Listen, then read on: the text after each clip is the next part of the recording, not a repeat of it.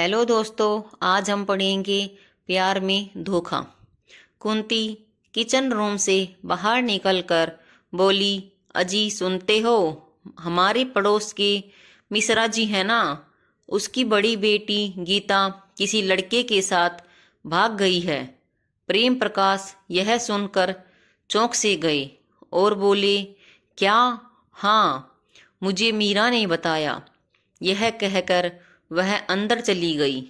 प्रेम प्रकाश, इतनी सीधी सादी लड़की थी, ऐसे कैसे कर सकती है? मिश्रा जी ने उसके लिए क्या कुछ नहीं किया, और देखो नतीजा क्या निकला। बेचारे, उन पर क्या बीत रही होगी। मिश्रा जी का नाक कटवा दी, इसलिए तो सभी कोई लड़का ही पैदा करना चाहता है।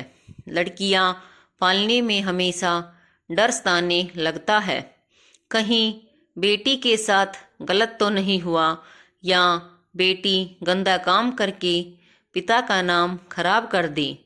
पर गीता ने ऐसा क्यों किया? अच्छे कपड़े पहनती थी, रंग ढंग औरों सा भी न था, पिता के नक्शे कदमों पर चलती।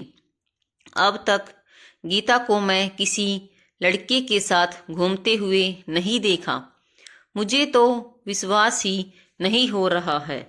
कुंती चाय लाते हुए कहती है, तुम उनके कपड़ों पर मत जाओ जी। आज के लड़कियों को आज़ादी क्या मिल गई, अपने आप को करीना कैटरीना समझने लगती हैं। हमारे कानपुर के मामा की बेटी, वह भी तो गीता के समान थी, लेकिन देखो तो उस लड़की का ही मत किसी होटल में काम कर रहे लड़के के साथ भाग गई। आजकल की लड़कियां घर में टिकती कहाँ है। मिश्रा जी का तो कोई इज्जत ही नहीं थी। सिर उठाकर चलने वाला वह शख्स आज सर झुकाकर चल रहा था। काटो तो खून ना निकले। उसकी पत्नी कमला कहीं आ जा भी नहीं सकती थी। बात आग की तरह पूरे मोहल्ले भर में फैल गई। मिश्रा अपना बैग उठाकर बाहर जाने लगा, तभी कमला बोली, सुनिए, नाश्ता तो करके जाइए। मिश्रा जी ने कहा, मुझे भूख नहीं लगा है। यह कहकर वह बाहर चला गया। मिश्रा ऑफिस ना जाकर पुलिस स्टेशन की ओर गया। पुलिस मिश्रा को देखकर, आइए मिश्रा जी, तू इतनी चिंता मत कर यार, गीता मेरी भी बेटी है, मैं जरूर ढूंढने की कोशिश करूंगा। मिश्रा बोले, कुछ भी करके गीता को ढूंढ यार, कमला उसके लिए दिन रात रोए जा रही है। पुलिस, अपने आप को संभाल यार, वह ठीक होगी, भाभी जी को भी संभाल लेना। मिश्रा उठकर वहां से निकल गया। रास्ते में उसे गंगाधर मिले। अरे मिश्रा जी, आप यहाँ क्या कर रहे हैं? अच्छा, गीता बिटिया का कुछ पता चला या नहीं? मिश्रा उदासी चेहरा बनाकर, क्या बताऊं भाई, अभी तक बिटिया का कोई खबर नहीं मिला। ना जाने कैसी और कहाँ होगी, किसके साथ होगी। गंगाधर उसके साथ चलते हुए कहे, अरे यार, तुमने उसे कुछ कह तो नहीं दिया? मेरी बात सुन, पुलिस के भरोसे रहने से यूं ही दिन कट जाएंगे। मैं तो कहता हूँ बिटिया के गुम जाने का पेपर में छपवा दो, शायद मीडिया के द्वारा उसका कोई पता चले। अरे मिश्रा, इज्जत का क्या है, कम से कम हमारी बिटिया तो मिल जाएगी। लड़कियों को ज़्यादा उम्र तक घर में रखना नहीं चाहिए। वैसे मेरी पत्नी मीरा कह रही थी कि गीता का फोटो फेसबुक पर अपलोड करने से शायद वह मिल जाए। दोनों बातें करते हुए घर पहुंच गए। गंगाधर बोले, अच्छा तो सोचकर फैसला लेना, पेपर में छपवाना है या नहीं। यह कहकर वह घर की ओर बढ़ गया।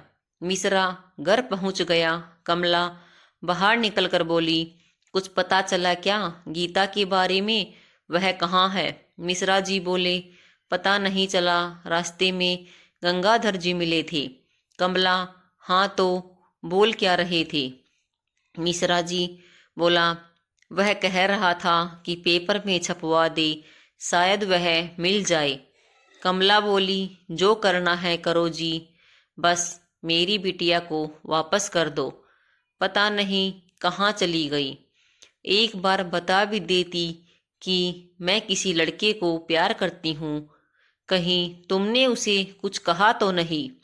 मिश्रा जी कुर्सी पर बैठे हुए बोले, मैं क्या कहता, उसके बारे में मुझे कुछ नहीं मालूम।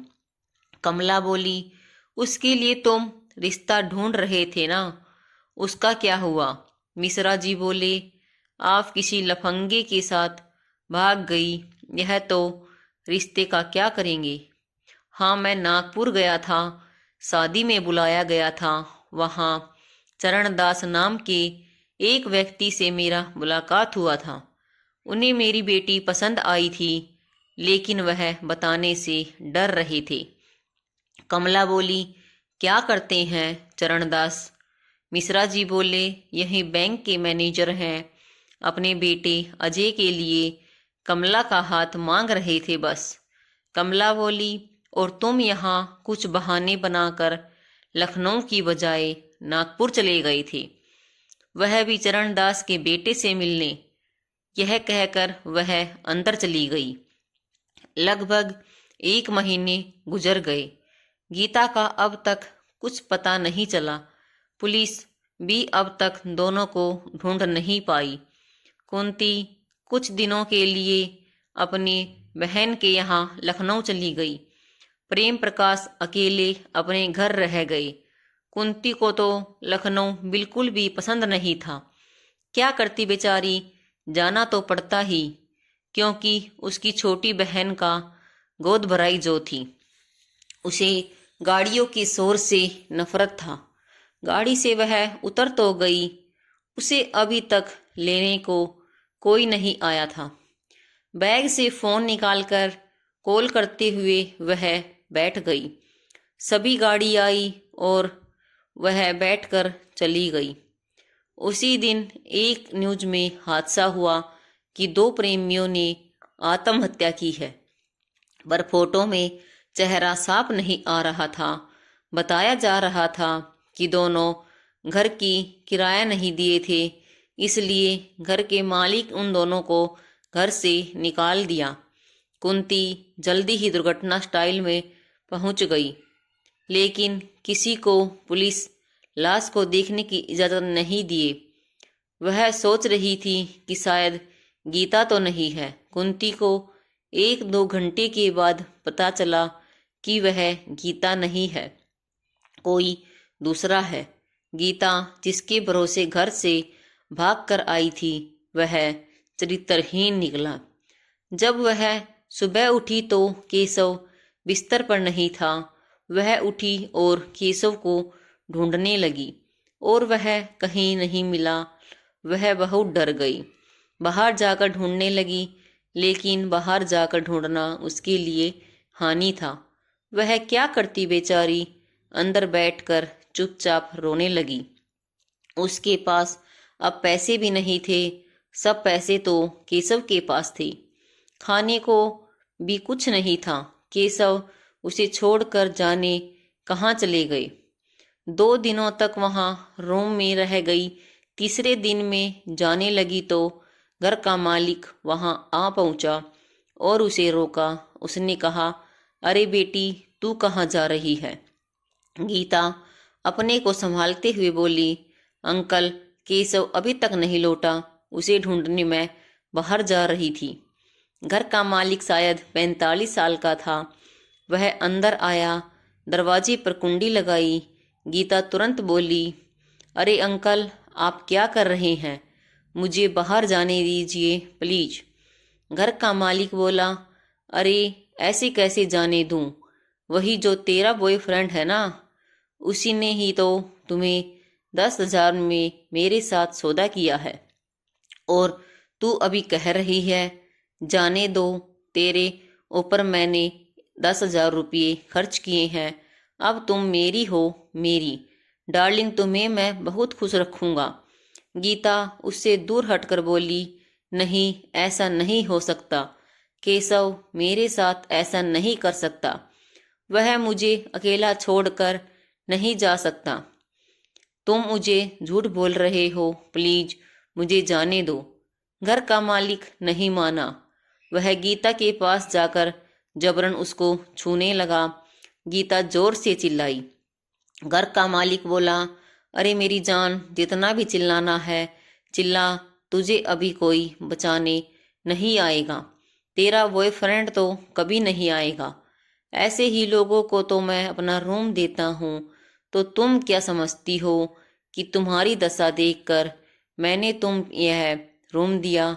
नहीं, मैं तेरी सुंदरता को देखकर दोनों को रूम दिया था। अब हम दोनों के बीच में कोई नहीं आ सकता। अब हर रोज मैं तेरा इस्तेमाल करूँगा। जो भी ग्राहक आएगा उसे बस तुम्हें कुछ करना, उसके बदले मुझे माल मिलेगा। तुम्हारे कारण मुझे पैसे मिलेंगे। सबसे पहले तो तुम्हारी सुंदरता का रसपान मैं कर लूँगा।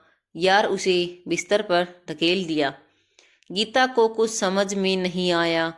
वह जिस पर भरोसा करके आई थी, वह पैसों की लालच में उसे ही बेचकर चला गया। अब उसके सामने कोई चारा नहीं था। वह सोच रही थी कि उसे शायद अब वैश्या का काम करना पड़ेगा। गीता को बहुत पछतावा हो रहा था। वह सोच रही थी कि प्यार करना भी धोखा है। मैं क्यों केशव के बहकावे में आ गई? शायद उस दिन उसकी बात ना मानी होती तो यह दिन देखना नहीं पड़ता। वह बूढ़ा उसे जबरन करने पर मजबूर करने लगा। पास में पड़े सर्वे से उसने बूढ़े के सिर पर मारा। बूढ़ा नीचे गिर गया। वह सीधे उठकर दरवाजे को खोलकर भाग गई। उसे पता भी नहीं था कहाँ जाएगी। आसपास वह किसी को नहीं जानती थी।